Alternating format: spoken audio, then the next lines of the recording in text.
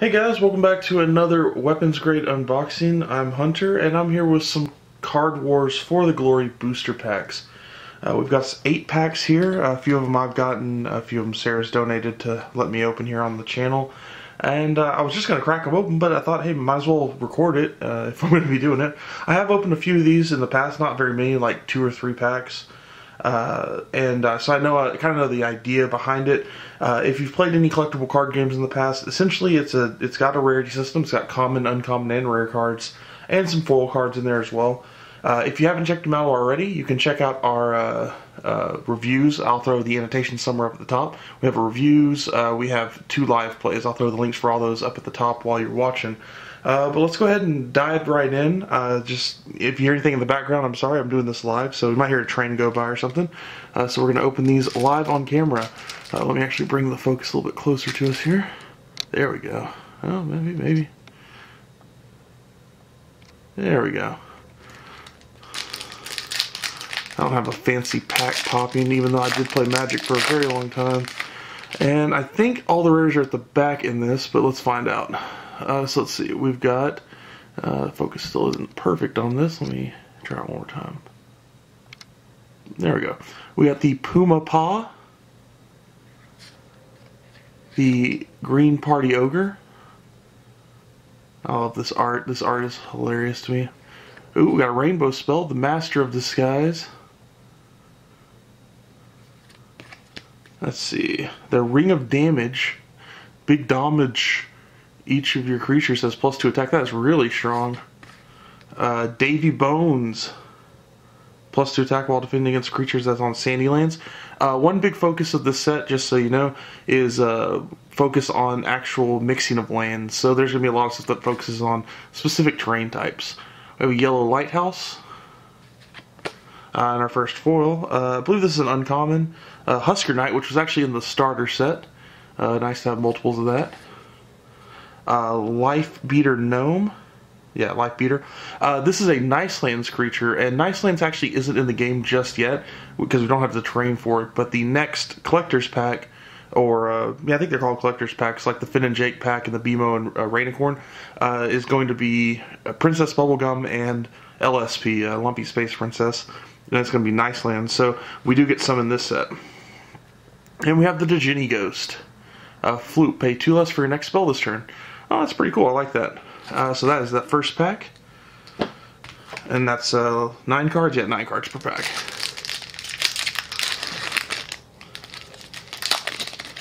Let's see what we got. Okay. This is one thing that I've noticed in the packs that I have opened so far, is reusing artwork. Just modifying existing artwork. This is the Little Freezy. This is existing artwork that they've used for another card. Like this, the Swamphorn. So as you can tell, these two are very similar. They've just kind of repurposed the artwork a little bit. And they do very similar things. I think they both get defense. Yeah, +1 defense for each different landscape you control. Popcorn Power, which is a cornfield spell. Each of your creatures get +2 attack this turn while attacking creatures that's on a blue plane. So it's going to be really strong for the pre-constructed deck. The Fright Tower, again, we had the Lighthouse for Corn, we have the Fright Tower for this. Green Snaky, it's a Sandy Lands creature. When he leaves play, deal 1 damage to each creature in this lane. The Well-Dressed Wolf.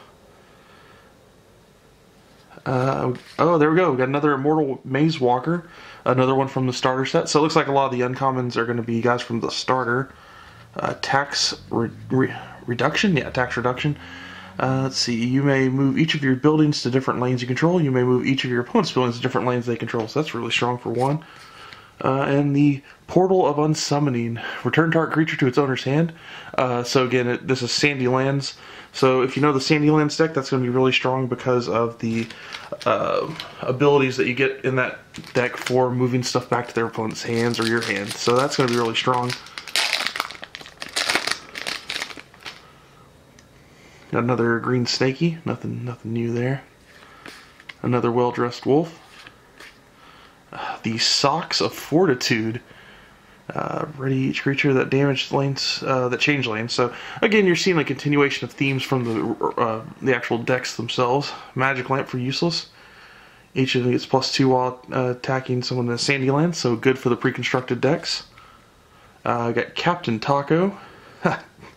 1 for 1/1. It's not that amazing. Deal 1 damage to each creature is not on a cornfield landscape, so not the worst. It's only 1/1, but that artwork is hilarious. That's amazing. The Sandjackal. When it's on a nice landscape, yeah. So obviously can't use this one just yet. Orange Slimy. That thing is way too happy. So cool. Useless Swamp one. 3 more different landscapes. Temple of the Sun, costs 1 or greater. You may return it to its owner's hand, so really good for the sand deck. And the Golden Axe Stump, another Sandy Lands creature. Whenever an opponent draws a card, deal 1 damage to that player. Wow, that is going to be really strong, especially against Finn's deck, the Blue Plains deck that likes to draw lots of cards. So that's interesting.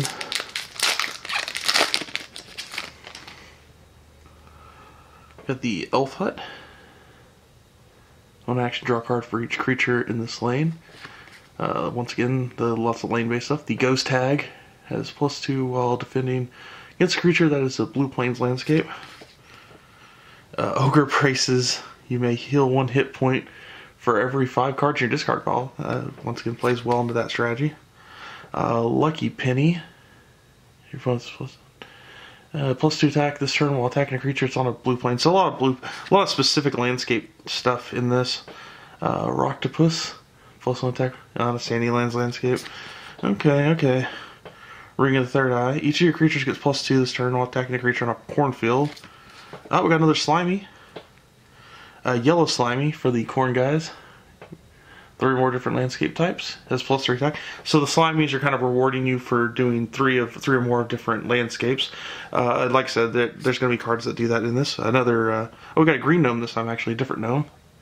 Floop, deal 1 damage to each opposing creature that's on a Blue Plains landscape. Kung Fu Power. Ready 1 creature of each type you control. Types are cornfield, rainbow. Okay, so the 5 different landscape types. So that's really strong as well if you're using a multi-type deck, which, like I said, this one is obviously the set's kind of wanting to push people in that direction to play multiple landscapes in one deck. So that's interesting. I got another Rocktopus. Another, wait, I think it's a different one. Not the same one, Ring of the Third Eye. A Pirate Bear. While it's on a useless swamp, it deals triple damage, so it's 1 for a 3/3 essentially. Not bad. Got just a Ghost. That's kind of funny considering all the crazy specters that have been in the game so far. +2 while defending against a creature that is on a useless swamp. +2 attack. Which Way? Each of your creatures that is on a useless swamp has +2 attack this turn. Incredible Egg. Reveal the top 2 cards of your deck. You can put a revealed cornfield card into your hand. Discard the rest. That's really cool. It's like a tutor for the corn decks. Musical Chair. Swap up to 2 of your landscapes with one from outside the game. Okay, that's interesting. I've not seen that card. That's really cool. Schoolhouse from the basic set. So we've seen that one before. And the Fountain of Tears. Wow. While your creature in this lane has exactly 3 damage on it, it has +3 attack. So very situational. Could be really strong though. Got 3 more packs left here.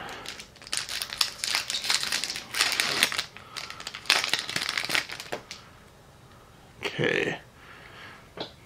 Sea Hag gets +1 while attacking a creature that's on a useless swamp. The Gold Ninja. When Gold Ninja enters play, deal 1 damage to target creature for each different landscape you control. The Cactus Thug.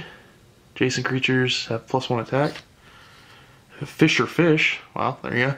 If Fisher Fish enters plays on a Blue Plains, deal 2 damage to each opposing player. Okay, not bad. Scroll of Frostbeth. Each of your creatures has +2 attack this turn while attacking a creature on a useless swamp. Oops. Snake Eyes. Each of your creatures has +2 while attacking creatures on a useless swamp. Another Mummy. Floop. Return a creature that is in... Oh wait, I think Beach Mummy's in the starter actually. Yeah, return a creature to another lane to its owner's hand. Got another Slimy. Draw 2 cards this time if you control 3 different things. And we got the Psychic Tempest. The Psychic Tempest was from the show, actually. I think. I'm fairly certain. Might be wrong. Return all creatures in play you own to your hand. This includes stolen creatures. That's really cool. That's really cheap too. Especially for Sandylands, that's going to be really strong. That's a really good spell. For 1 cost, that's a really strong spell for Sandylands. That's probably a game winner for them for the most part. Let's see, we got Timmy Magic Eyes. Oh my god, this is the type of humor I love from this. As supposed to attack while attacking creatures on a blue plains landscape. Scroll Bad Breath. Each of your opponent's creatures does +2 attack this turn. Each of your creatures, not your opponent's, I don't want to say that. Attacks on nice lands. Elf Hut we've seen. Ghost Hag we've seen. Ogre Braces, seen it. Lucky Penny, got some repeats in this one. Oh, here we go. Giant Mummy Hand. Floop, deal 1 damage to target creature for each cornfield landscape adjacent to this lane. Okay. High defense cost there. Fancy Pants Gnome. Floop, deal 1 damage to each opposing creature that's on a cornfield. And we got a Corn Bat, so similar to the bats from the starter. Pay 1 action, deal 1 damage to target creature in this lane for each different landscape type you control.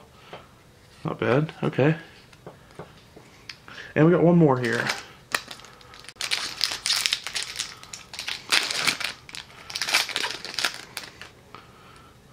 We got Ogre Braces, we have seen that. Lucky Penny, also seen Rocktopus. Ring of Third Eye, got it. Pirate Bear, we're good. Ghost, we got a Yellow Slimy, another foil, not bad. Green Gnome, I believe we've seen that. 1 damage to each creature on opposing blue. And Smoldering Elder. When Smoldering Elder enter play, each player discards 2 cards, so that's going to be really good for the Useless Swamp, plugging up their discard pile. So guys, that is the set of Card Wars for the Glory, the first set. Supposedly, they said that they're not going to be making a lot of sets, if any more, after this. I know we're going to get that new starter set, but I'm not really sure what else we're getting after that. I gotta say, I'm a tad disappointed in the set. I will give them that. I mean, the cost doesn't really get me at all. Sorry about the autofocus, guys. Or actually, it's not autofocus, manual focus. I'm a little disappointed. $4 a pack is fine. I've heard some complaints about that, but that's general collectible card games. I think in general that's just not good because LCGs are so much cheaper now, and stuff like Dice Masters is doing collectible stuff in a much cheaper format. But I'm okay with that. That's not a big deal. The thing that gets me is the reuse of the art. I don't like them reusing a lot of the art, and the effects are pretty bland because for all the cards that reuse art, they just reuse the effects for different factions. So that's a little weak. But on the flip side of that, a lot of the rares are pretty unique and different.